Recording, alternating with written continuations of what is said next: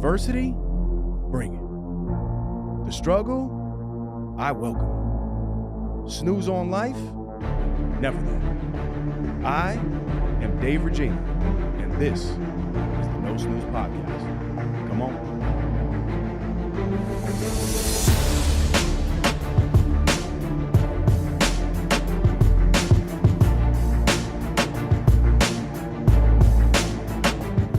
Welcome back, No Snooze Podcast, episode 175. As always, I'm in the booth with a new three. We have Chris Rincon James. We have Claudio, the voice, Valenzuela. And I am Dave, the body, Regina. Chris James is an award-winning journalist and producer who's worked for both ABC and CNN, creating long-form feature stories and narrative-driven content. His work received the 2018 Editor and Publisher's Emmy Award for a news feature that closely documented the Kilauea volcano eruption in Hawaii. James spent 7 years at ABC News, serving in production roles on Nightline and Good Morning America. As a producer for Nightline, he received 3 Emmy nominations.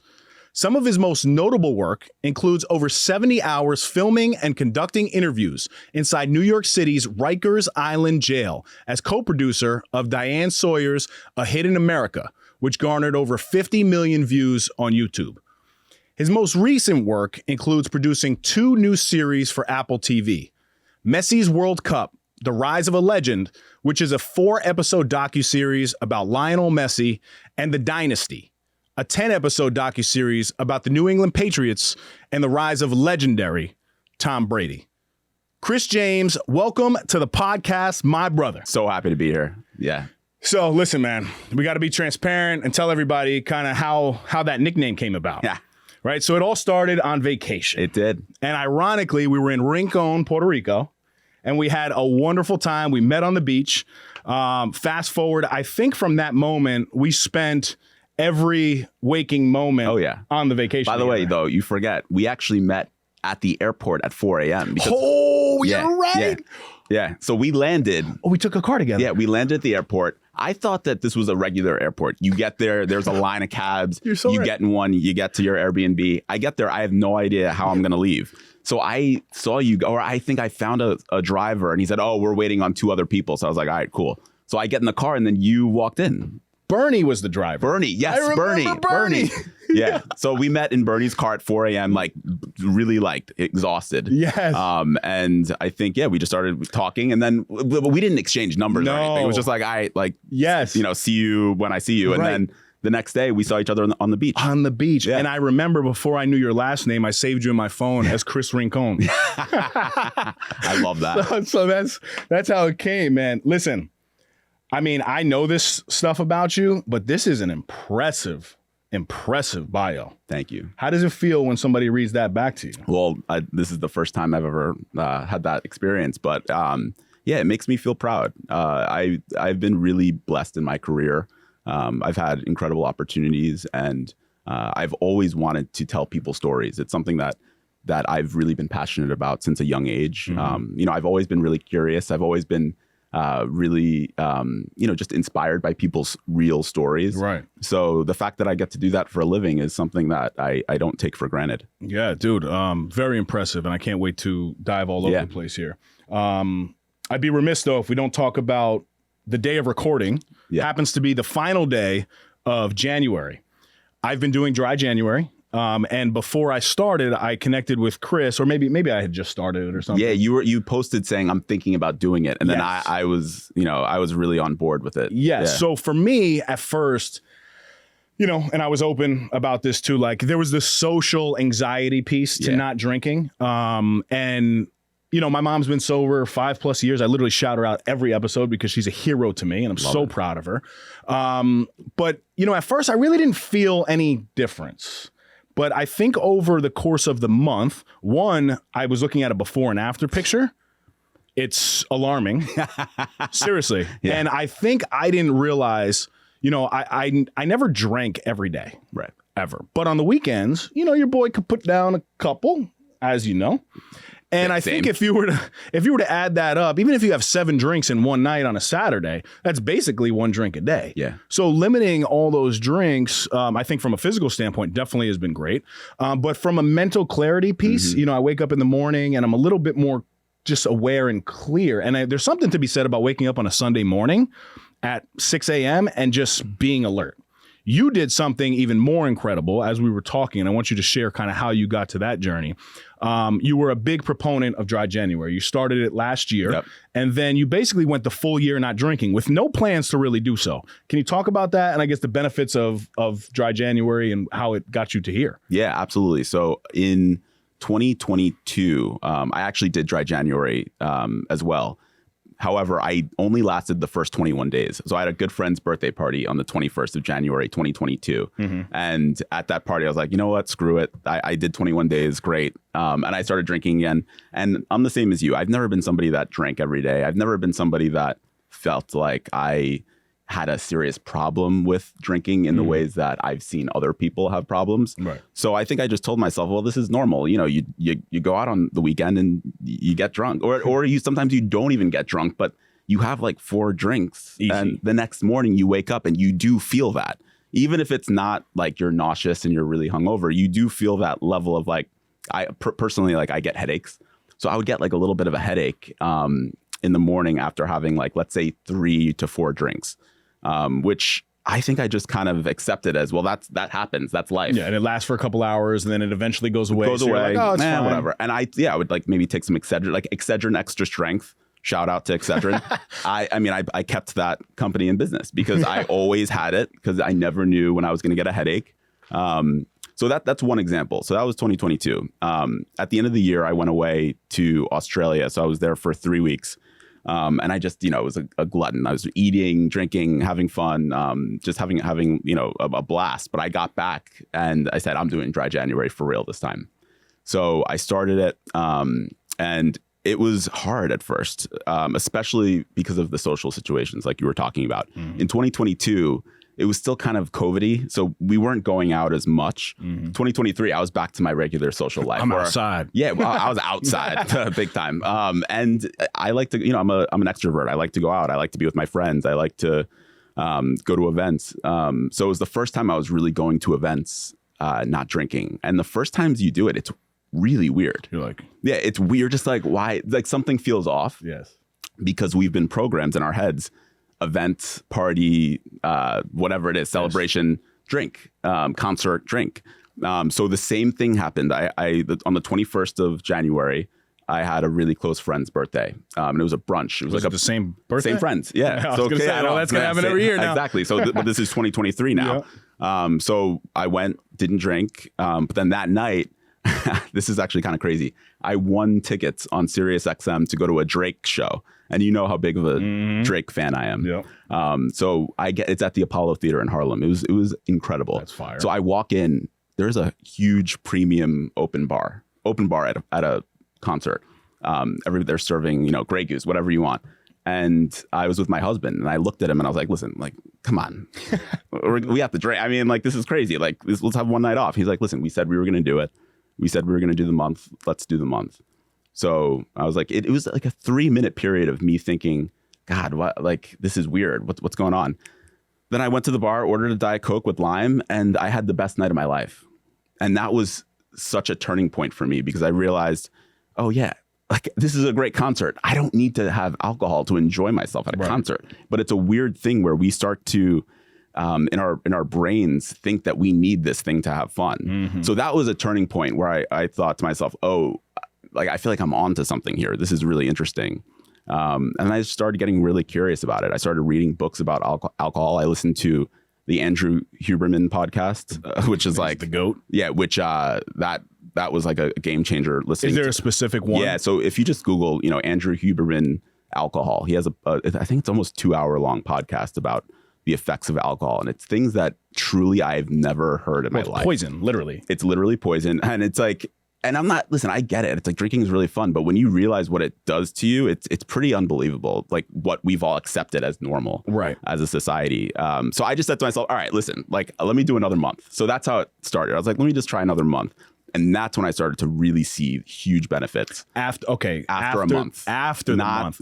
During the month, like I kind of felt crappy. I felt like pretty crappy. So at the beginning, I was over here in December, Yeah. and I remember talking on a podcast being like, I'm getting the best sleep of my life. Remember, CV? I'm taking the magnesium and it's great, blah, blah, but I was drinking a lot. Then I stopped drinking, and my sleep started to go to shit. Yeah, my sleep, I couldn't sleep for like, when people don't talk about that. People say, oh, you stopped drinking and everything's great. It's like, actually, I felt crappy. I felt really, really crappy. And it was February is when I started to realize, I started to actually see changes. And I started to feel better. I started to feel like, oh, something feels like it's changing.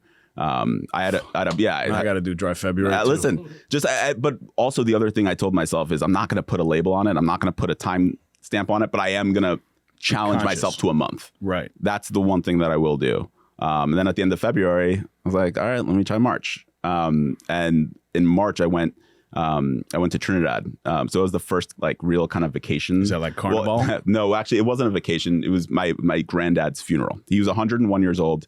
He lived in his home until the very end. He died peacefully in his sleep. So to me, that's like the most iconic life. He's somebody who didn't drink, went to bed early every night. Damn, I thought you were gonna. I know. But I get there. And, it's at funerals, we drink. Like any event, pretty much. Funeral, wedding, celebration, mourning, there's alcohol. And I said to myself, okay, I'm not going to, I said I was going to do March. Like, let me honor my granddad and stick to what I said I was going to do. But it was hard at first, too, because I felt like I was the only one not doing it. And as human beings, we want to fit in. We want to feel like we're part of the tribe. And when you're not doing something that everybody else is doing, it feels uncomfortable at first. Right. But I didn't. I just stuck to it. I got a Monster energy drink and stayed out till 5 a.m. dancing because in Trinidad, we party, we rage. Let me ask you about that, though. And okay, so one thing I do notice is that on the weekends, though, I am more tired early. Yes, I need like Red Bull. I need I love Celsius. Shout out to Celsius. But not as much Monster. In Trinidad, Monster is big in Trinidad, so that's why I had the Monster. Take whatever you can get. I take what I can get. But here's the thing: it's also having something in your hand. Right. You need to have something in your hand, and if it's a seltzer with lime, if it's Coke, whatever it is, you have to have that. Like you're with everybody else doing it, and even if it's not alcohol, it's like you still feel part of the crew. Right. You're not like sitting empty-handed. So that's also a big thing too. Yeah. But after that trip, like I felt amazing, and I felt. So that was 3 months now. So that was now 3 months, and it was also I'll never forget being at the airport heading back from Trinidad. Usually when I'm at the airport heading back from a trip, I feel like shit, and I'm just like sitting there like not even hungover, but just kind of like depleted and empty and just kind of like depressed because you're getting on a plane. But I felt amazing. Like I was reading a book and I was just like, oh my God, this is like, that's when things started to like the wheels started to turn. And I was like, is this the ultimate life hack? Like, and I get back and, I hit the ground running at work the next day. Usually, after a trip, you have to wake up the next day. I felt great, went to the gym. Like, and I was just thinking like, oh my God. So that's when I really started to think like, should I do the year? That's when I started to think, let me try to do the year. Let me do 2023, all of 2023. Wow. And I started to tell people, I started to say, I think I'm going to do the year. And my husband said he was going to do it with me because he also now is feeling all these benefits. So he's done it too. He's done it too. Oh, yeah. that's So we awesome. both we haven't drank. Wow. Yeah. And that's it. It's all it is like every day you say, I'm just not going to drink. I'm not going to drink today. And I told you about this book I read called This Naked Mind by Annie Grace. That book was a game changer. After I read that book, I started to think I don't want to. And that's what it's all about. It's for me at this point, like I don't want to. But truly, if I changed my mind tonight and decided to drink, it would be fine. Like there's nothing wrong with drinking. Like it shouldn't be this thing that's like demonized, like, oh, this is horrible. It's just like, yeah, like I don't want to do it because I know what's gonna happen. Like I know I'm gonna have a headache the next day. And it's like I don't want to have a headache. So it's like very simple. It's actually become very simplified for me. And yeah, the benefits have been undeniable. And I've talked to friends who also stopped drinking, and we all kind of talk about how it's kind of like a life hack, which is a weird way to think about it, but it's like, it makes life easier. I mean, the more and more people that I talk to, they say the same things. Yeah. We had a recent guest on, Vin Maselli. Yeah. And he's been sober 13 years. Wow. And he basically started with like a dry January challenge that turned into him basically giving himself grace the following, I guess, the remainder of the year and saying, you know what, I'm going to allow myself to drink 1 day a month. Yeah. And then out of the 11 remaining days that he had, he only drank 5 times. Interesting. So he was like, 5 times, he's like, I'm just going to abolish it. So then the following year is actually when he then started his journey. And I thought that was such a profound way to That's a cool way, yeah. you know, you're giving yourself grace. You're like, well, I'm going to drink, 12 days out of the year, holidays, birthdays, whatever it is. And then from there, if you really, because even if you could do that, that's impressive. Yeah. To me, you know what I mean? I was drinking pretty much every weekend, at least a drink. Oh, me too. You know what I mean? Since I was like 16, to be honest. Yeah. No, man, very, very interesting. And for whatever reason, I started to vocalize this because I knew I wanted it. You know? Like I started to talk about it with CV. He doesn't really drink either. Yeah. And obviously I see the growth of my mom and the clarity that she has. She's hilarious though. Every time she sees me, she's like, I have so much clarity. I'm like, I know, Mom, it's been 5 years. That's one thing I will say. You have to be, I've noticed being careful about it. And I only talk about it when someone asks me. Right. Because you never want to be that person who's preaching. Yes. And when I was drinking, like I didn't want people talking to me about not drinking. And I used to be one of those people who like, I felt bad for people who didn't drink. And I was like, oh, something really horrible must have happened to you. You must have crashed your car into a ditch or something. Like that's truly you got to do DWI. Yeah, like I thought when someone didn't drink, like I almost thought it was weird. I was like, oh, like is that like what happened there? Like, oh shit, like something bad must happen. Because in my mind, I was just like, it must be so sad to not drink. Right. Like that's truly. You couldn't even see it. Yeah, I was just like, oh, it means that you're an alcoholic, or like something's wrong with you, or wow, like that must really be a lot of takes so much self-determination and takes so much work to like be at a party and be around all this alcohol and not drink. And now I see, I like, my mindset has been completely shifted where now I'm just like, it's not a temptation. I could do it if I wanted to in a second, and it would be fine. Like, it wouldn't be a big deal. You're like, not going to sit there and be like, oh my God, please forgive me for my sin. Yeah, no, it would be fine. It would be fine. And it's like, I'm not like counting days. I'm not like, I'm like, I don't think in that sense. See, my battle now, and I was talking to CV about this, is I do enjoy a casual scotch, and like because I like the taste of it. I like the notes. I've studied this stuff. I'm a big fan of Macallan. Yeah, like I like it, and I like a glass of red wine here and there. But that's very different than how I was drinking. Absolutely. So if I could find that balance, or if I could just I don't really know what direction. It's whatever you want. It's truly whatever you want to do. So if it is having a scotch every now and then, great. Right. Because it's not the way maybe it was before, where we're in Rincon and we're slamming shots and we're I'm standing on top of the bar. Like what a vibe. I mean, listen, and that was fun. Like I actually don't even regret any of that stuff. But now looking back, I'm like, you know what, like. I remember like waking up the next day feeling like absolute dog shit. But then we just did it again. And then, because that's the thing. And like, that's the life hack. That's the remedy. That's the life hack there is we just start over again. Maybe a little bit, like an hour earlier. Whereas the life hack here is like, you don't drink one day and then you life hack and don't drink the next day. Right. Yeah. Exactly. That's very ironic. No, thank you for sharing, man. And from a physical standpoint, I mean, I don't know if you could tell yourself because it's hard to like, unless you're really looking at pictures, but if I go weeks, a couple months of not seeing you, like even on Instagram, and then when you post something, I'm like, damn, this dude is shredded. What's the workout routine looking like? Thank you. I appreciate it. So F45 has changed my life, truly. Is it the structure of it? Yeah. Is it the style of the workout? Is it everything? What is it? It's everything. It's the structure. It's the style of the workout. It's the coaches. It's the community. It's the fact that I have to show up at 7:40, 8:30, whatever. I like to in the morning. But if you don't show up, if you don't show up, like basically you have an hour window where you can cancel it for free. But if you don't, you get charged $15. And that alone, that alone, I'm going. I'm not gonna. And then an hour before, you're not gonna cancel. It's something that you decide. For me, at least, I would decide not to go to the gym like a few minutes before. I'd be like, fuck it. Like I'm tired. I don't want to do this today. But I show up, and now I love it. Now I'm really into it, and I really do credit the not drinking, because I would get like these like little headaches in the morning, even after having like sometimes even 2 drinks. And I would not be going to the gym. I would be going to get a bagel, bacon, egg, and cheese. Like, I would be hashed, whatever it is. So that alone has been great. And and just like I've noticed that with eating now, I'm definitely eating a bit less. I'm not eating as much as I used to. So those are, but I sound like a salesperson, but I think F45 is really great. No, I think people should look into it. And I think that style of like fitness in general, that community aspect, the boot camp style, your supersetting, but you get it all in a short period of time. And people's time is the most important thing in the world. So it's a 45-minute workout, right? 45 minutes. Yeah. And on Saturdays, it's an hour, which is kind of nice because then it's, you're really like starting your Saturday off right. Yep. I'm like, all right, let's hit it. And you feel great. You feel good. So complete shift here. Yeah. But so we're the same age, right? And ironically, we grew up one city away from each other. It's insane. Right? New Rochelle's a city? Yeah. Yeah. And Mount Vernon.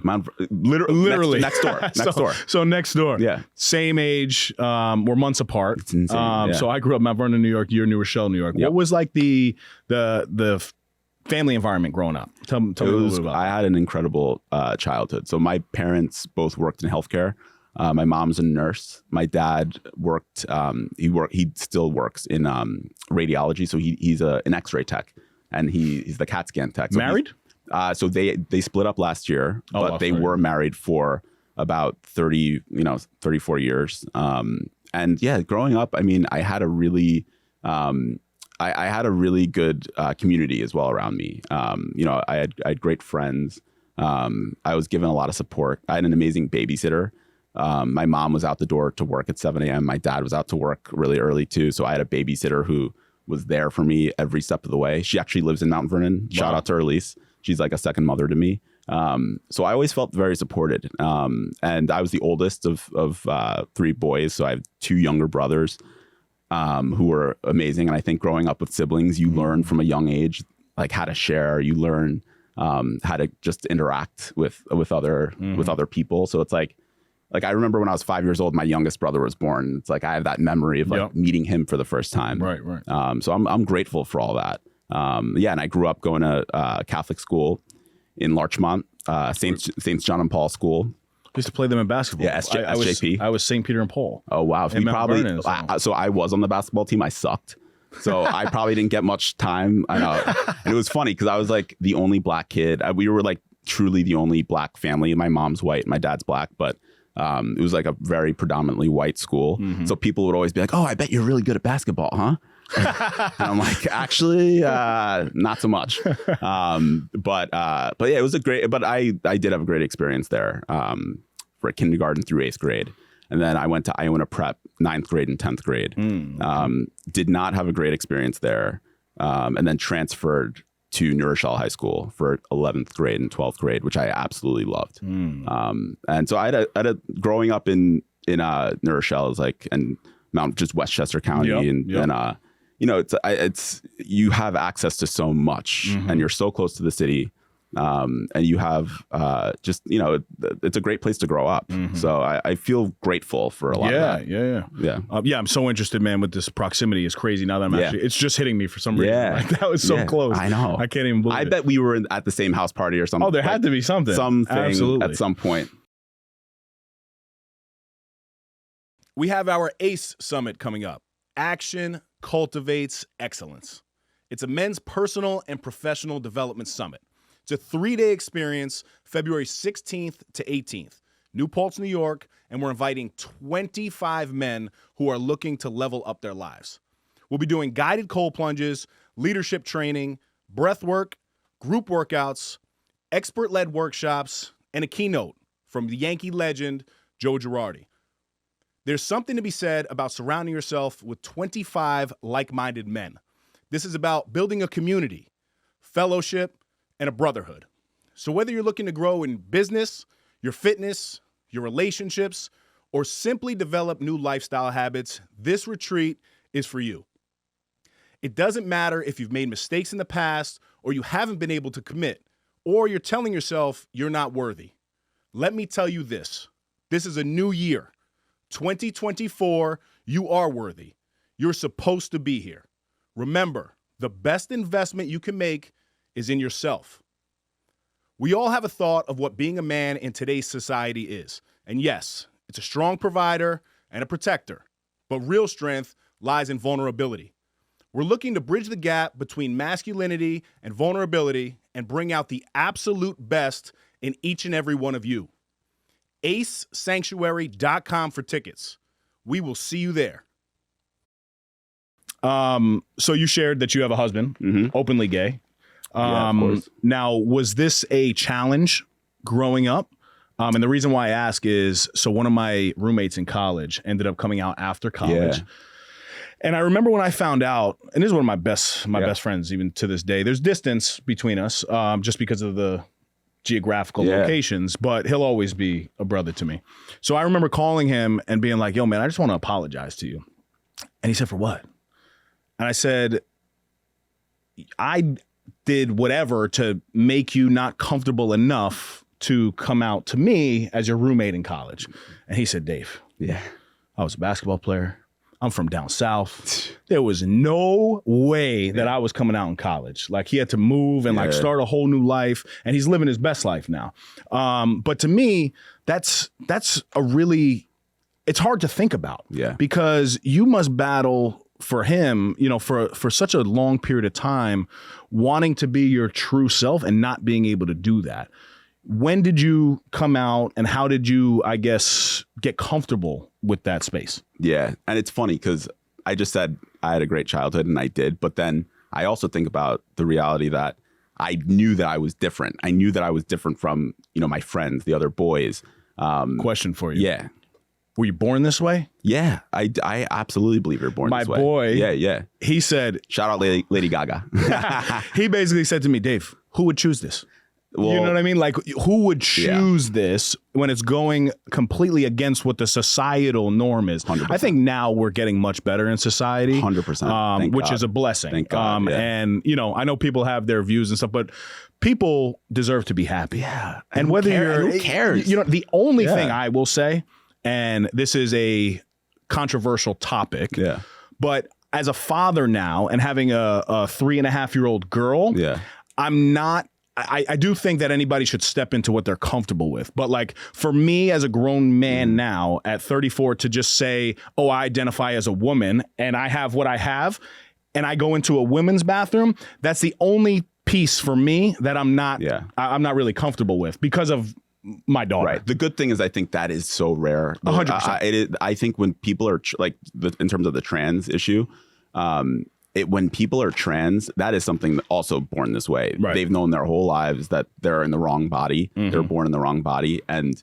it's, you know, you're also, you look at some of the suicide rates of people who are trans, it's unbelievably high. Right. And this is saving their, like, my trans friends who have transitioned, like, this has saved their life. If they don't do this, they might not be here. Right. So that's, I think, of course, there's, you know, there's gradients to everything. There's always the exception to the rule. There's always, you know, I think sometimes we hear about like the really controversial thing when it's like trans people don't care. They're like, I don't give a, like, I just want, just like, let me live my life and be happy. And I'm like, God bless. Like, I think everybody should do what they need to do.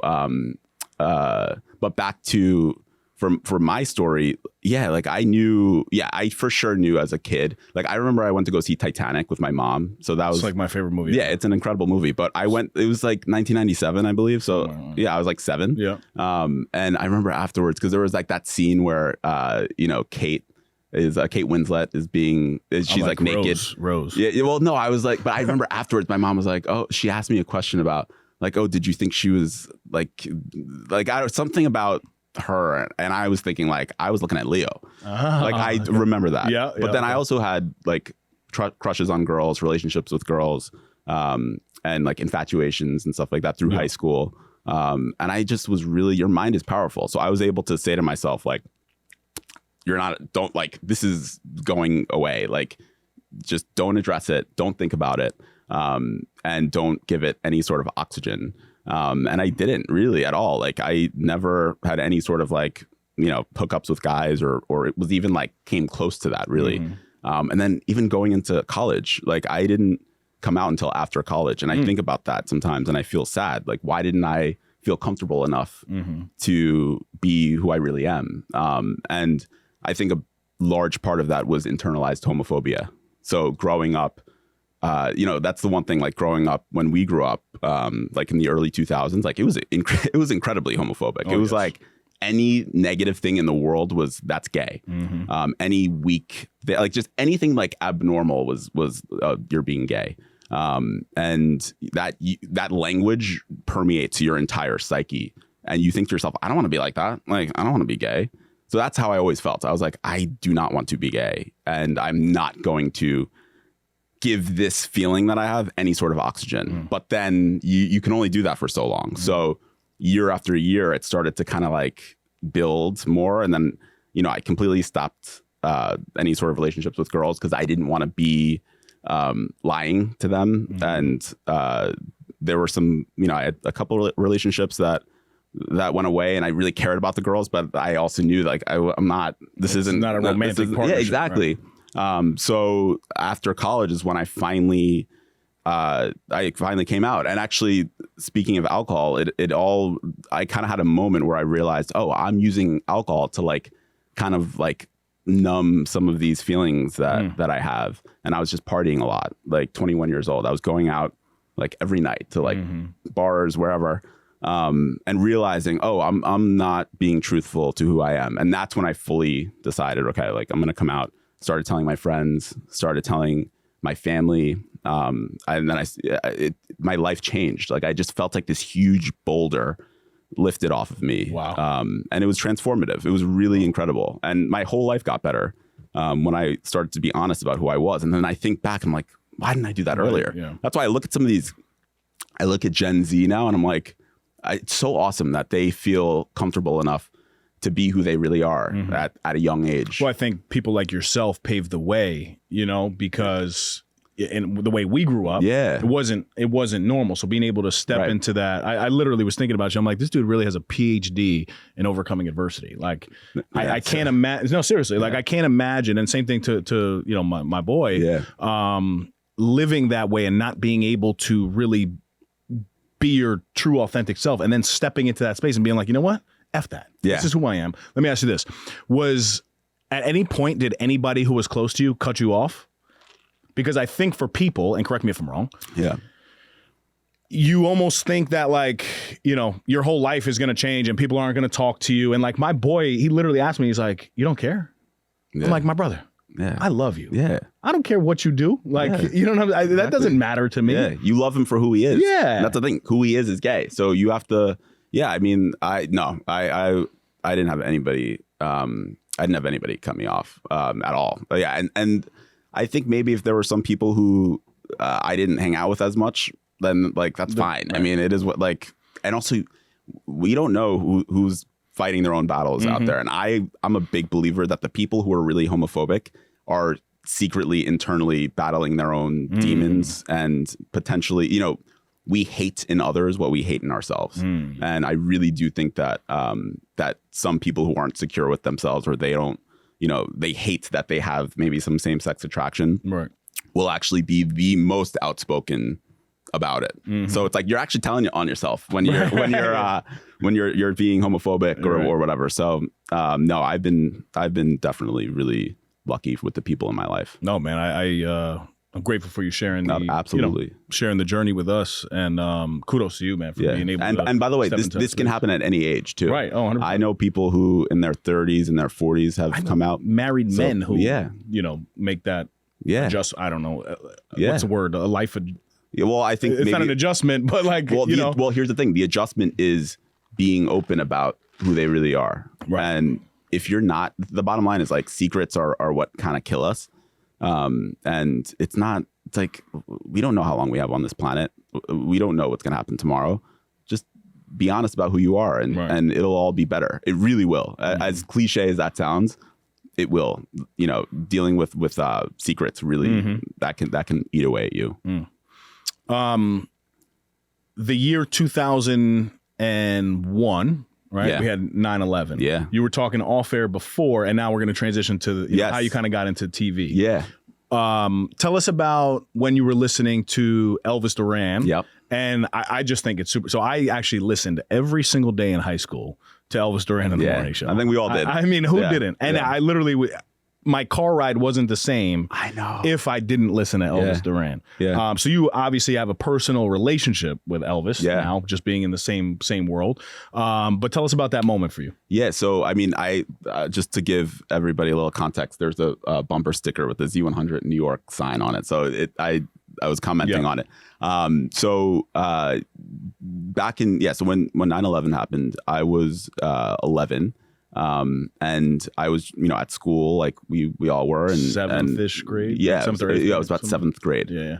And I just will never forget that day. And the aftermath was horrific. And I was watching I just consumed everything. I was obsessed with watching the news and watching the coverage of it, which probably looking back was not great that we all just watched that constantly, like on a loop. Yeah. But I will never forget the next day listening to Elvis Duran in the Z Morning Zoo, and listening to kids, to parents, to just family members calling in, talking about their experiences, talking about, like I remember there was this one girl who called in and said, my dad called me from the roof of the North Tower, and, we haven't heard from him since. And, if he's listening, we're looking for you. Just like really visceral, right. Just so, but it was also, really powerful to hear Elvis and, the other co-hosts, like kind of helping New York through this traumatic moment. Mm-hmm. And it left a mark on me, and it made me it's something I thought about from time to time. So fast forward maybe like 12, 13 years, I'm a producer at ABC News. And my colleague Dan Harris, who's one of the anchors of Nightline, I was producing for Nightline at the time. He was talking to me about wanting to do a story on Elvis Duran, and I told him, I was like, I am a huge Elvis Duran fan. I listened to his show growing up every single day, and then I said, like, I'd love to produce this segment. So we go to Elvis's house. We go to the show. We followed him around for the day, just filming him and kind of getting inside of his world. And then we became friends, and he's just an incredible human being. But I said to Dan Harris, I said, we have to ask Elvis about the September 12th, 2001 broadcast. And Dan said, oh, okay. And so he asked Elvis during the interview. So just to rewind a little bit, a producer's job is finding kind of like nuggets of the story that's going to really kind of reveal something in the interview. And you're helping the anchor or the correspondent kind of like come up with some ideas, come up with some details. It's a collaboration. But Dan said, okay, great. So he asks Elvis during the interview, and Elvis broke down. He just started crying, and he just started reliving that experience. And it was powerful because it was just kind of, it was, I think for Elvis, he said, there are times in radio, there are times in any job where you start to kind of think, okay, what am I doing here? And that broadcast was when he realized, this is why I'm here. This is why I'm doing this. So yeah, it was a powerful moment. Yeah, that's impactful, man. Yeah. I'm trying to think of the OGs at that time. I mean, you had Scary, which is Scary Jones, Danielle, Carolina Bermudez at the time, Greg T. I mean, I listen to the frat boy, Greg T. The frat boy. Yeah. I listen to these guys every single morning. And the birthdays. I once one of my horoscopes every day. Horoscopes. Yeah, right? Exactly. And remember that guy John Bell? Yes. Yeah. I know, it was good. Holy shit! Yeah, I know. Jogging my memory here. Yeah. So was that a pivotal moment for you? Do you remember back then in 2001, like wanting to like step into that TV space? Was that the moment, or was there a different moment in your life that you can recall where you're like, wow, you know what? This was I just had a guest on who owns Pax Romana in White Plains. Okay. Shout out Paulie Russo. If you haven't been to that restaurant, you gotta go. I gotta go. So he knew when he was 4 what he wanted to do. And he was like, I was at Disneyland. Like he had this whole like prolific memory of like wanting to be in the hospitality space. Whereas for me, that happened when I was like 15, 16 years old. But for you, was there a time that you remember where you were like, I want to do that? I don't know if it was exactly TV, but I definitely knew that I wanted to be a journalist. I knew that from a pretty young age. I don't remember exactly when, to be quite honest. Although I do think I loved TV like my whole life. And I think I also maybe thought about like being an actor or something, just because I was like, oh, it would be so much fun to, be like the center of attention. Right. Like I always kind of liked being the center of attention a little bit. But I definitely, through high school, that's when I started to kind of get involved in like the newspaper. And then when I got to college, like my freshman year of college, I was 17 because, we have late birthdays. Yep. And I started working we had a daily student newspaper, the Washington Square News at NYU. And I started, I was a reporter there, like a writer there. And I loved it. Like the first week that I was there was this like bomb scare on campus, which like is ridiculous. But like I immediately was like went into reporter mode, and everybody's like running. How do you feel right now? Yeah, no, but everybody's like running away, and I started going like towards the scene and like the police tape. And I started like asking questions, and I got out my notebook and I started writing down details, and I started interviewing people. So that was the moment. Well, that was like, that was probably like my first real like story. And I also knew that this would be good for me rising up at the paper because I had just gone to the orientation the day before. So in my head, I was like, oh, news story on campus. So I did all that, reporting, which actually kind of was. And then I went right to the newsroom and I talked to the editor in chief. And I was like, I'm a freshman, and I told him what happened, and I like gave him the information. He's like, all right, write up a story. So I had a story the next day in the paper, and like seeing your name like in print and seeing your report, like there's something so cool about that. And it was a bug kind of that I got. So I started, writing for the paper, and then I became an editor. I worked my way up, and the next year was 2008. We had the presidential election, Obama versus McCain. Wow. So I covered that extensively. I would go to the college Democrats, and then I would go to the college Republicans, and I would get quotes on both sides, and I would file my stories, and I loved it. It was so interesting, and I always loved politics. I always loved world events. So this was a way for me to be, in it, and but also be communicating facts and information. Like I'm a big believer in the press and important real reporting and giving context and giving information. So that kind of started me off on this journey in journalism. I mean, and now you've been anybody who listened to the bio before, you got some incredible names behind you. Somebody like a Diane Sawyer, though, right? What makes her so great from your lens, right? Like I know what I see, and obviously her ability to tell a story and get something out of somebody, but from you being in that circle, or even like an Elvis Duran, what is it that makes them so great in their space? I think attention to detail is a big one with Diane. I mean, I'll never forget going into her office for the first time for story meetings about, so just to rewind a little bit, we did a huge story, The Hidden America Inside Rikers Island. And I was recruited to be on this producing team, and it was led by this amazing producer, Claire Weinraub. And she has worked with Diane for a long time. And she was kind of amassing this team together. I had done one other story with Diane before in Chicago, but that story I was like much more junior. I was like a production assistant. But for this story at Rikers Island, I was producing, and Claire really wanted help finding characters, finding people who we could spotlight inside Rikers. So I started just going to Rikers. Like, Were you scared? Honestly, it's weird because for me at least, like I do love the adrenaline of being inside some of these places. And it's scary in the sense that you're just kind of like, wow, this exists.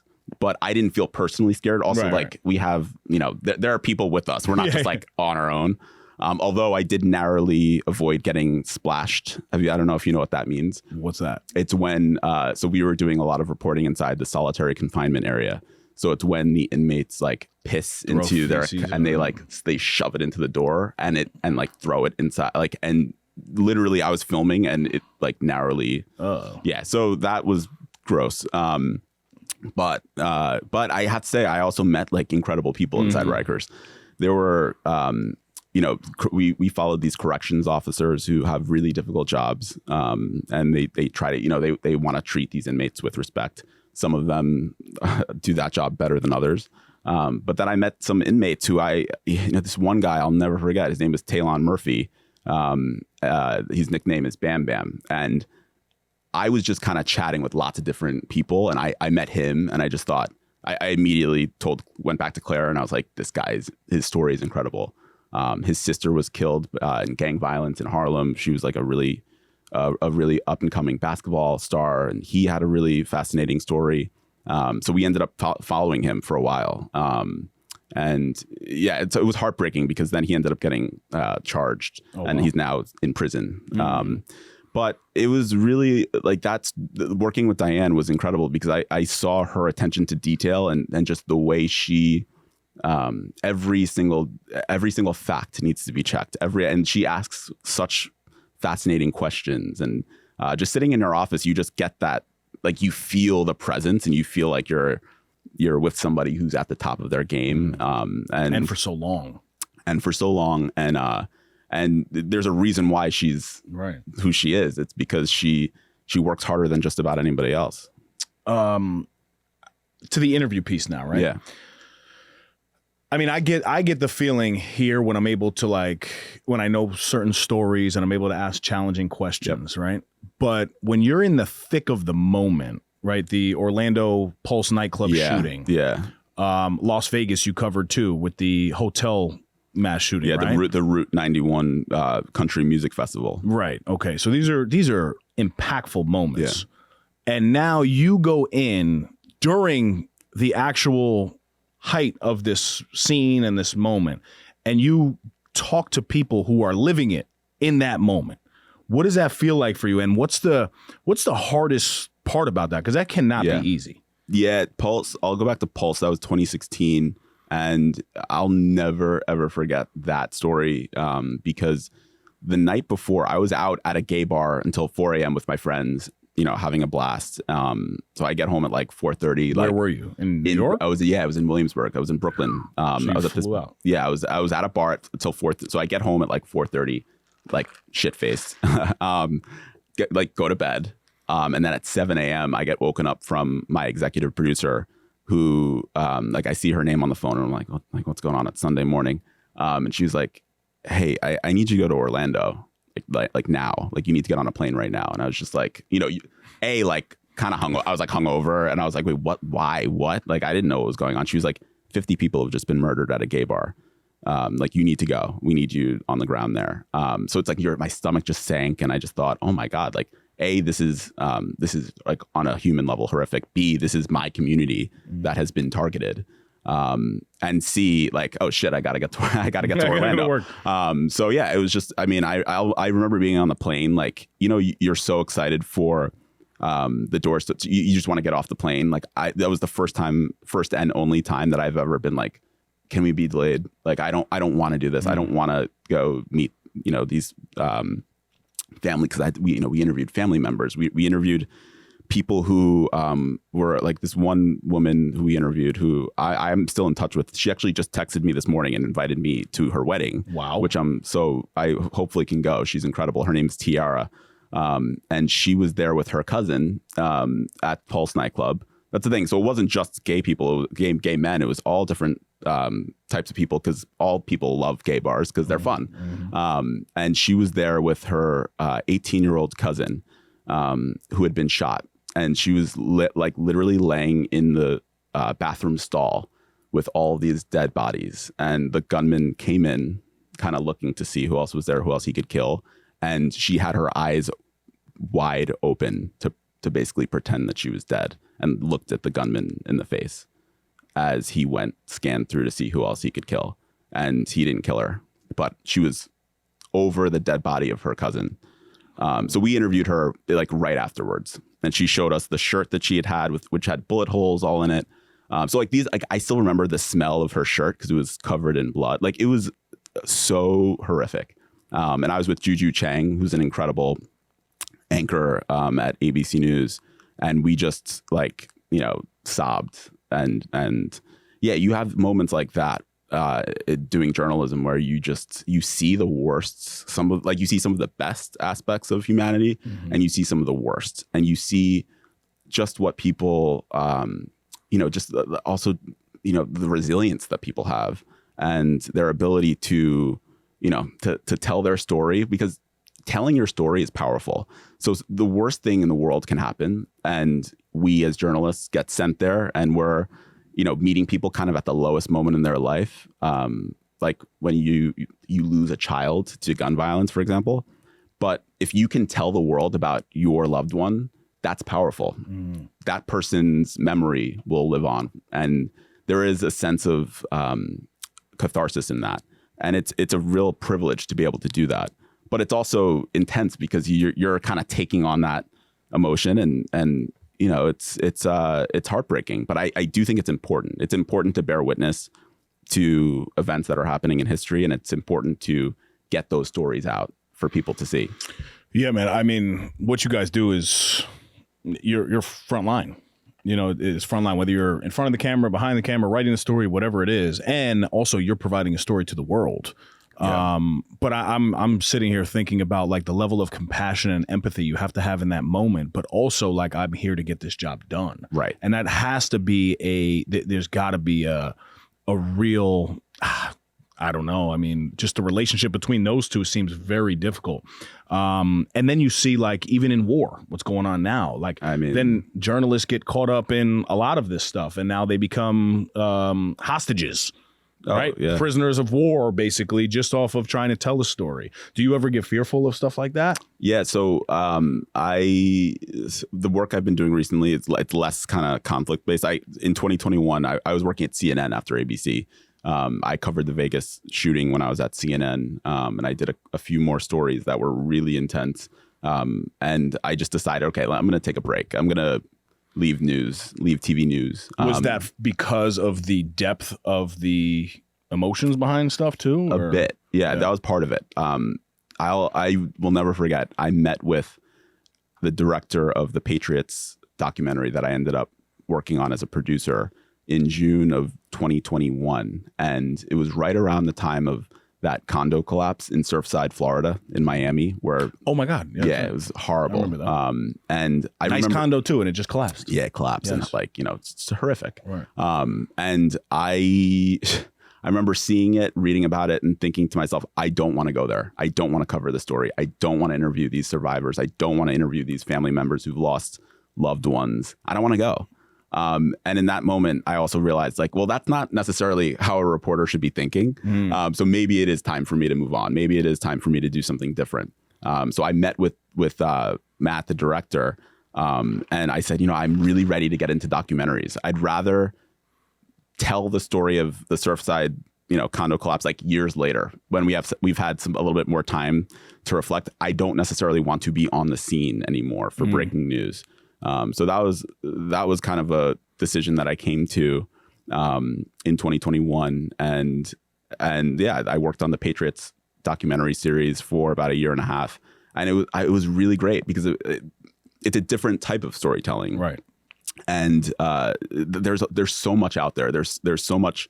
There's so many interesting human stories to tell, and not everything needs to be. Like we don't have to do everything. Like we can kind of choose different lanes, and maybe one day I'll decide that I do want to go back to doing this type of work.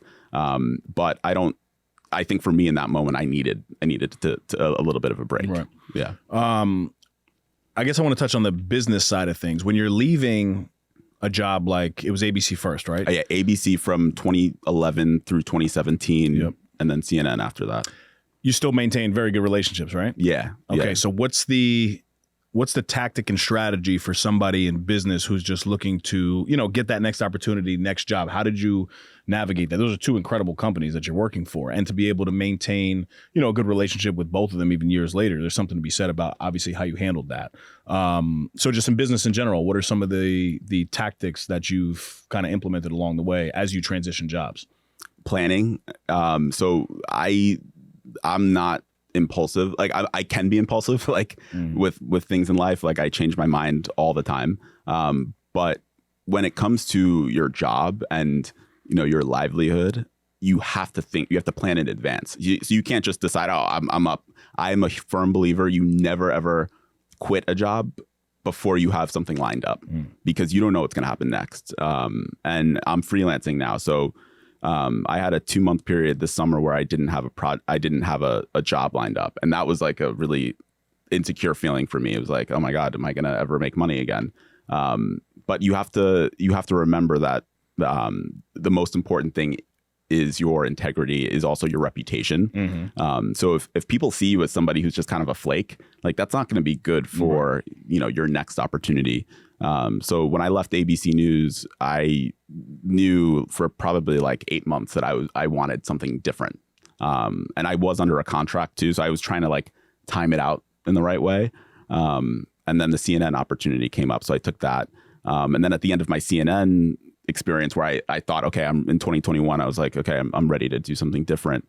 I just started really like, casting a wide net, reaching out to people I used to work with, friends, which is a weird thing sometimes. I think it's not the easiest thing to reach out to ask for help, but it's important because if nobody knows that you're interested in trying something else, they're not just gonna reach out to you and say, hey, Chris, I'm doing this documentary. Like, you have to be proactive. So I think planning is huge. And it's like, just even in like my Apple Notes, like I'm constantly like just writing little like ideas down. Like, okay, maybe reach out to this person. Like, look into this thing, whatever it is, and really trying to plan in advance what you want to do next.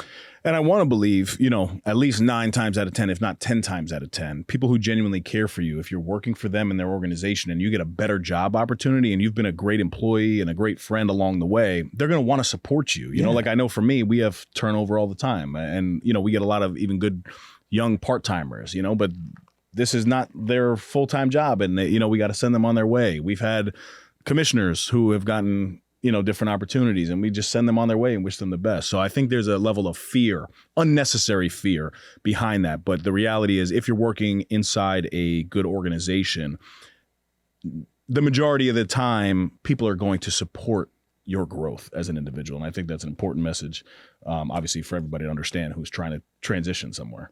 Absolutely. And it's being honest too. It's honest up until a point. Right, like you don't want to also reveal all your cards. You have to know when to keep your mouth shut. Yep. You're getting a paycheck, so don't rock the boat too. Like you really do have to be strategic, right? And make sure that you're not messing up anything for yourself by by putting the cart before the horse or anything like that.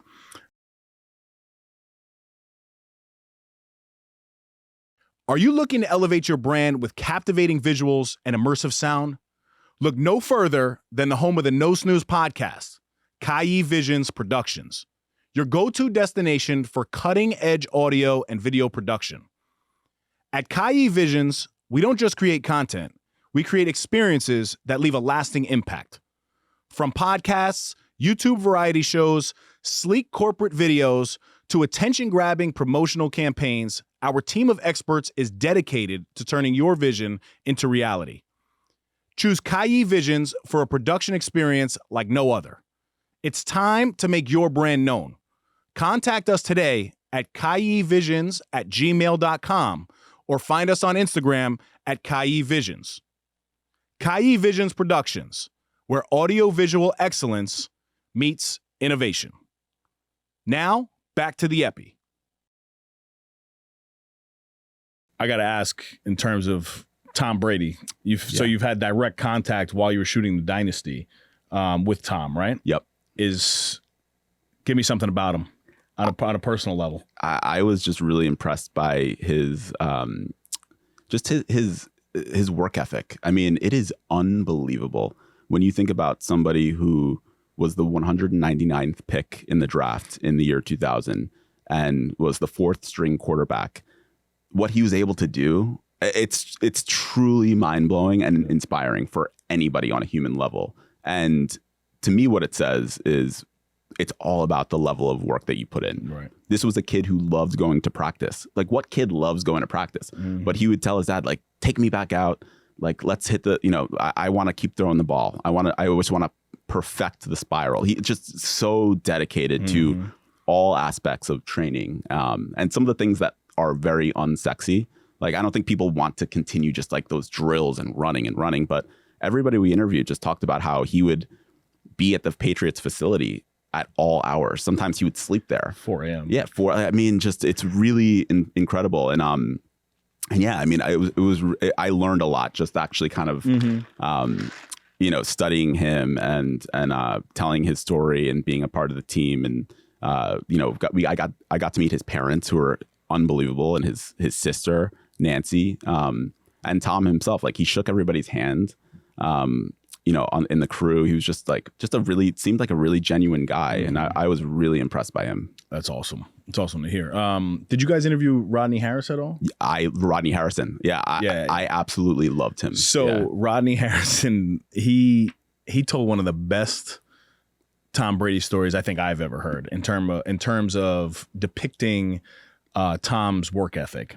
And basically, Rodney was, I don't know if he was a veteran, but at that time he obviously, he was a vet. So the way he tells it, he's like, one day I basically come into the weight room and like Tom's there. And this was probably at 7 a.m. in the morning, right? So then the next day, Rodney's like, oh, like, I'm going to get this dude. So he shows up at 6:15. Tom was there. So then the next day, he basically shows up at 5 a.m. Tom Brady now is walking out of the gym with a towel on his shoulder, pats Rodney on the shoulder, and basically big times him like, yo, this is a new leaf now, and walks into the parking lot and leaves. So Rodney the whole time is trying to beat him there. And then finally he shows up earlier than anybody, and Tom Brady's still leaving at 5 a.m. And it was one of the best stories ever. And they said that year was the transition year that then the Patriots, started to take off.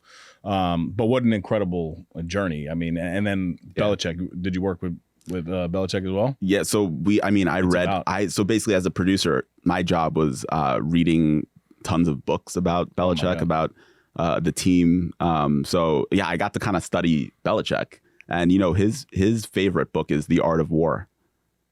So he's somebody who's so defensively minded. He understands strategy better than anybody else.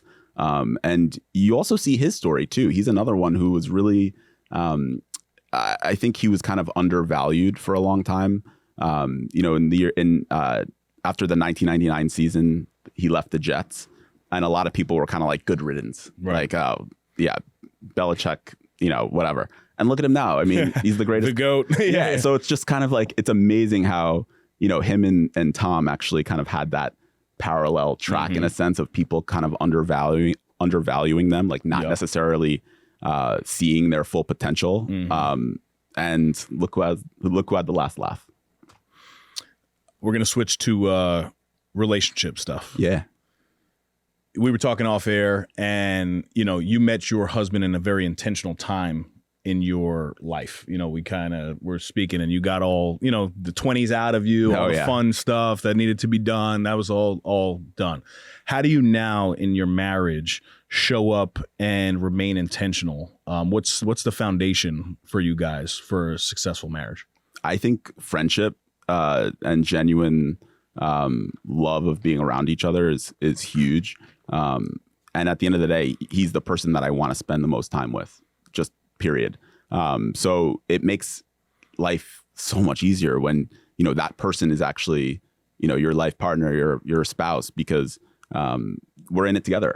He's my teammate. And it sounds so corny, but it really is true. It doesn't sound corny. No, I know. It's corny. But it's I think sometimes you start to think about life just in this way of there's a lot of, the older we get, I'm starting to realize every year is probably going to get a little bit more difficult. That's just how it is. Yep. Especially in the world we're living in right now, there's so much sadness, there's so much pain. But if you can have people around you who are supporting you, who are lifting you up, who you want to support, who you want to lift up, who you just feel like there's that kind of bond. It's you hold on to that. And I felt that with Anthony immediately, on our first date. I actually texted one of my friends and said, this is the first guy I've ever met who I could see myself marrying. So I was I really knew right away. He actually didn't. So I had to be patient because he was going through a really tumultuous time in his life, especially with work. Work was really intense, and sometimes you meet people and you're both kind of in different, you're in different kind of emotional states. You have different bandwidths in terms of what you can handle. And I tried to be as patient as I possibly could, but at the same time being like I am super into you. I want this to work. And I kind of was, one of my friends, so I was at a stage too where I was also like getting really frustrated with guys that I was dating. And I was ready to just kind of like call it quits. I was ready to just kind of pull the plug and say, like, all right, like you don't want to, you want to switch plans on me at the last, like, little things like that would kind of like set me off. And I talked to my one of my really close friends, Meredith, and she helped me like craft this like long text to him where I just like really laid all my cards out on the table. And I said, I really like you a lot. I want to continue this, but if you don't really see a future, like that's totally fine. And then he wrote me this long ass text back, just like really, wearing his heart on his sleeve and telling me exactly where he was at. And it was like, you realize sometimes if you're vulnerable, like that's actually how you can progress in life. Like you can't just have this like veneer of like, oh, like I'm so tough. Like I don't, but like you do need to be honest about what you want. And I think with marriage now, it's like, yeah, being honest and having uncomfortable conversations sometimes, but also like, remembering this is the person that is most important to me. And there are some days where like, I'm in a shitty mood and I don't want to, I don't know. It's like, those moments where like, you're just in a, like, you kind of just want to like mouth off. Yeah. And I'm like, no. Like, I can't do that. Like, it's not fair for me to like take out my shit on Anthony. So it's like, I try to like, just tell myself like, no. Like, go take a walk. Like, go do whatever you need to do. Well, that's because of the phase that you're in right now, because of the emotional intelligence that is obviously there. But like, I think it's a critical time because, for me, obviously, my situation, when you come up with somebody from such a young age, you go through all those mistakes together. Yeah. Whereas like now at our age, there's a different level of intention. The growth phase has kind of already happened. So it's great. I mean, I'm so happy for you, man. Thank you. Honestly, it's not corny. It's a beautiful thing to hear. No, I'm glad. So congratulations to you guys. I had something else for you that I wanted to touch on. Oh, I'd be remiss not to tell this story. But so when we were away in Puerto Rico, when we met, we had come back and, we had started like a whole group chat. Oh, yeah. So I had mentioned Chris James and the crew on the very first episode of the No Snooze podcast. It's amazing. And I sent that podcast to you to listen to it, to give me feedback, obviously from your expertise, which you provided. And you were very instrumental in me like starting this project because I remember saying to you guys, I'm going to text you mother effers every single morning for 6 months. And if I do that, I'm going to start a podcast. That sounds so random, right? It's so random, but I'm sitting here now 175 episodes later with you. It's incredible. And you did it, by the way. I mean, you literally texted us like Monday through Friday. Yes. But every day you'd be, we would get long texts and blessings and booty. That's right. That's right. And it was, that's right. It was, I mean, it was really like a testament to you and the person you are and you're a man of your word. You said you were going to do it and you did it. And you spread such positivity to people and it comes so naturally to you. And I know you work at it. I know it's not something that every day, like you said, some days, you didn't want to wake up and go to the gym and do all the things that you're doing, but you were committed to it. And look at the community you've built now. It's pretty impressive. Oh, thank you, my brother. But it was so funny, man, because back then I remember like so I would be on this and I still get on this, like it's the highest I've ever been right after I work out, right? That those endorphins, the creativity is sparked. At that time, I remember sitting in the sauna, reading my 10 pages and then coming and creating this text message for you guys. And some days I wouldn't even get a response back. Because it was so early in the morning and these guys are like, yo, he's sending me a whole book right now. Oh yeah, there were some days where I felt bad because I was like, oh God, Dave put a lot of work into this. I'm not even reading it. But also there were some days where I'd read it and I'd be like fuck that. Like, I'm in my own kind of haze of like feeling however I'm feeling. And I'd be like, I can't even read this because it's too positive. Like, but here's the thing, like it's important because what you're doing is also like, you're showing that you don't have to be in this rut. Right. Like you can actually overcome some of these things. And And it was great. I mean, I also miss that crew. I mean, we need to have a reunion. We should have a reunion. Yeah, that'll be a good time. No drinking though. No, well, listen, maybe we could drink. Yeah, exactly. If you do it, I'll do it. Yeah. All right? Where do and I typically like to ask this of men in general. Where do you want to get better as a man in your own journey, your own life? I think really getting to a place where I'm able to regulate some of my emotions in a kind of a more constructive way, because there are times where I do get really, really overwhelmed with just things that I can't control. So right now, especially, like, I'm just fully obsessed with what's happening in the Middle East and what's happening in Gaza.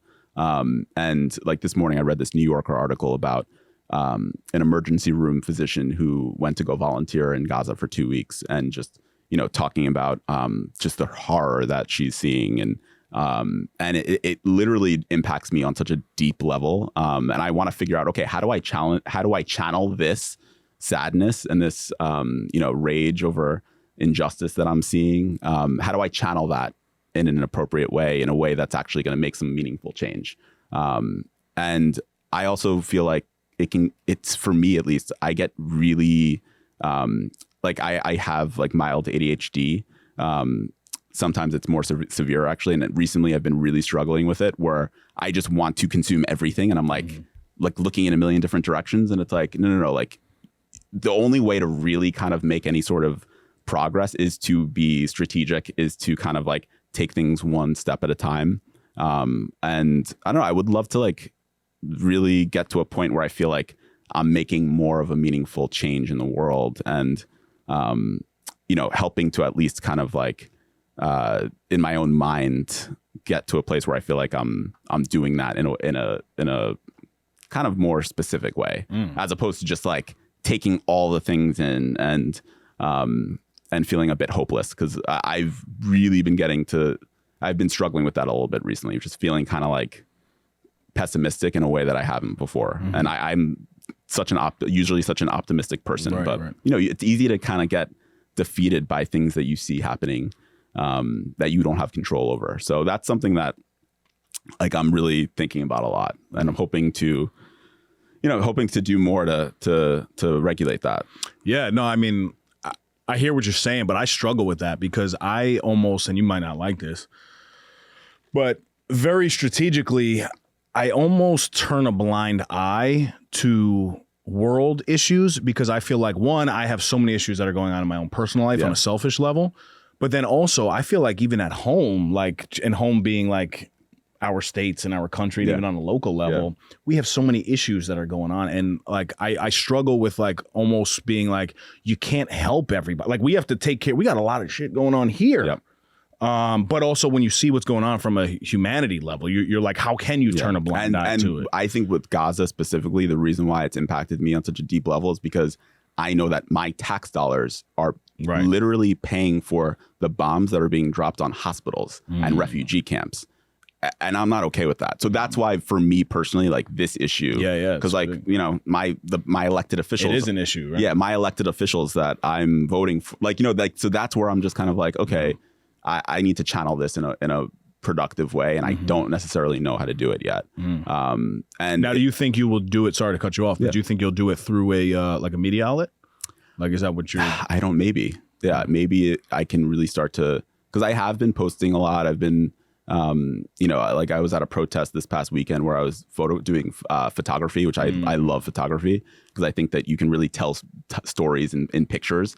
And I was like documenting. Actually, I met this amazing Hasidic Jewish guy who was there, Free Palestine sign up, and he was just saying to me, he was like, "I don't support this. Like, yes, I'm Jewish, but like I don't support what's going on." Right. And I thought that was so powerful, because it's a symbol too. A photo. You see a photo of somebody, and you like look at their eyes, and you just see like humanity. Like, I do think that human beings, like we're incredible, and we contain multitudes, and we have the power to really, like inform, inspire, and show that there's a different way. So I'm hoping to really kind of do more in that vein. And this is a tough question.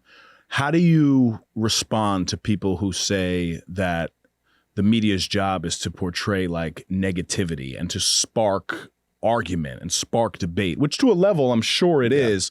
But also when you have moments like that and somebody takes a picture and you're a Hasidic Jew in free Palestine, that's a powerful moment and that's going to be in history. How do you like answer that question from somebody who asks like, well, why does media, portray such negative stories? I mean, I think there is a base kind of human thing where, we're more. I do feel like we're more drawn to stories that make us feel something. So even if it's like a positive emotion, positive, negative, whatever it is, that's going to be the thing that goes viral. Like, so if you're on social media, like when you look at some of like the dog cat videos, like they have like millions and millions and millions of views because it's something that inspires that feeling of like positivity. And then on the flip side, when you see, outrage moments like the person at the airport who's having the meltdown, which I actually have a huge issue with those videos because people punching each other. Yeah. But like even there's like this woman on the airplane who's like, was like flipping everybody off. And I'm like, this is somebody who's likely having a serious mental health episode crisis right now. And like, I just hate that that's our first reaction now is like take out our phone and film a viral video. And I do believe 100% that the media exploits that for clicks. And I am very against that. So I also think that, you need people in the room at all of these networks, at all of these websites to say, hey, let's talk about mental health. Let's have a conversation about, how we best respond when you see someone who's clearly going through a really terrible moment that they might not even remember the next day, and their face is going to be all over the world. Like I think about the human level of that every time I report on a story. So I do understand exactly what you're saying, and I think that it's something that we need to take a serious look at, and also look in the mirror and say, well, what are the things that we're consuming? 100%. Best advice you've ever received in your life? That's a really, really good question. For me, it's been so simple. And I have it on my work phone as the tagline, but you are your only limit. And it's not only a personal quote that I live by, but it's also the best advice that I've ever received because I've been in moments where I cripple myself, and I intentionally don't do things, but I'm the only one that's continuing to limit myself. Like even with silly stuff, with like putting out some content. If I'm in a bad mood, it's like, I'm not going to put out the content. Like I'm holding myself back, So I think for us as individuals, you can have all the naysayers in the world, but it's not really going to take root unless you become that limiting factor for yourself. And I think everybody can really relate to that. But it's a simple thing. But I think that's become for me the best advice that I've really ever received. No, I think just and it's not even like a quote or anything, but just value every day because like I'm so lucky. I have such incredible friends. I have such incredible people in my life and family.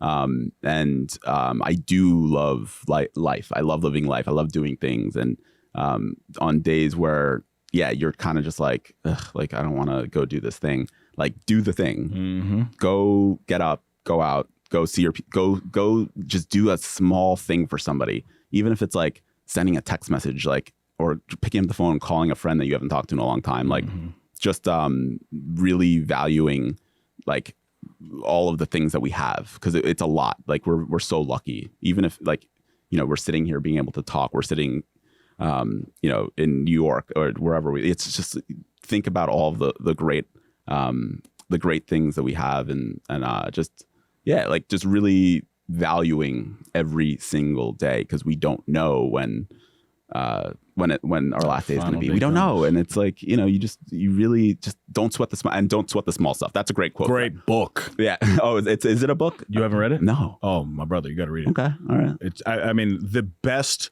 toilet read ever. Each chapter is a page. Really? Oh, and the words are huge. It's like, I love it. It's the best. But it gives little if you're sitting in traffic, how, you have to be mindful that maybe that traffic is caused because a little baby just lost her mom in an accident. 100%. But for you, you're 15 minutes late to your meeting. Which one would you rather? Like, it's like real tangible stuff. Great book. Love it. Yeah. And that's truly something that that we just, as all human beings, like, we need to constantly be remembering that, it's not just about you. Mm-hmm. We live in a, it's like, care about other people. And when someone's lashing out, like honking at you, just be like, that sucks that this person is having a day where, like, we don't know what happened to them, and maybe they're lashing out and they'll regret it later, or they won't. But like, I'm not going to take that on. Like, just try to. Yeah, I got a confession. I mean, I strive to be better every day. I've read Don't Sweat the Small Stuff multiple times. Today on my way here, I cursed the school bus out probably 4 times. I'm like, you're stopping again? Are you crazy? Like, so listen. I'm saying this, and I'm also like saying this to myself. I know. Like, calm down. I know. Calm down. Chris, man, I'm very grateful for you. Likewise. It's been some time, obviously, since we've connected, but I'm always rooting for you, man. Likewise. I'm so proud of you. I'm proud of you too. Look at what you've built. I mean, this is pretty impressive. And you, bottom line is, your entire story is a testament to work ethic and staying true to your word. And it's really awesome and inspiring. Listen, I'm inspired by you. I like to keep men like you very close.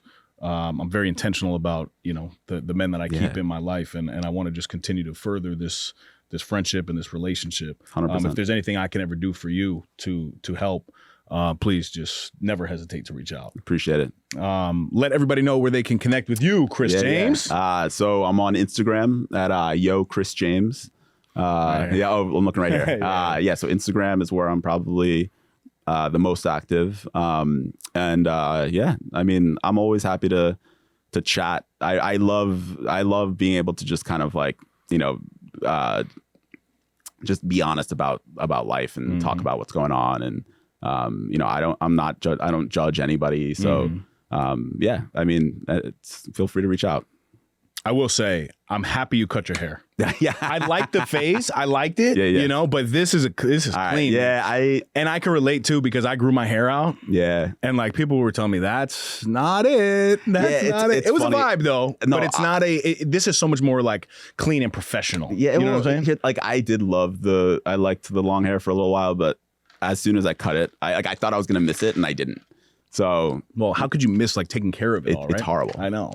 It's I got insane. my daughter's hair to take care of. But watch, in a couple of years, I'll probably be like, oh, I wish I had hair. But this beard will always be popping. There we go. So, guys, whether you've listened to one episode or 175 with Chris James, we're very grateful for you, the listener. We have one ask in 2024, and that is just to please share the show. It's because of you guys that this show is continuing to root itself and get legs, and we're just so grateful for you guys, the listeners. So thank you. As always, you can shop the latest merch at nosnoozeshop.com. And until next time, stop snoozing. Get up and get after it. Chris James. Let's go. My brother. Thank you guys for tuning in. That's another Emmy in the books. You can follow us on Instagram at No Snooze Podcast and leave us a 5-star review wherever you listen to us. Subscribe to our YouTube channel, No Snooze. Shop the latest merch at nosnoozeshop.com. Come on.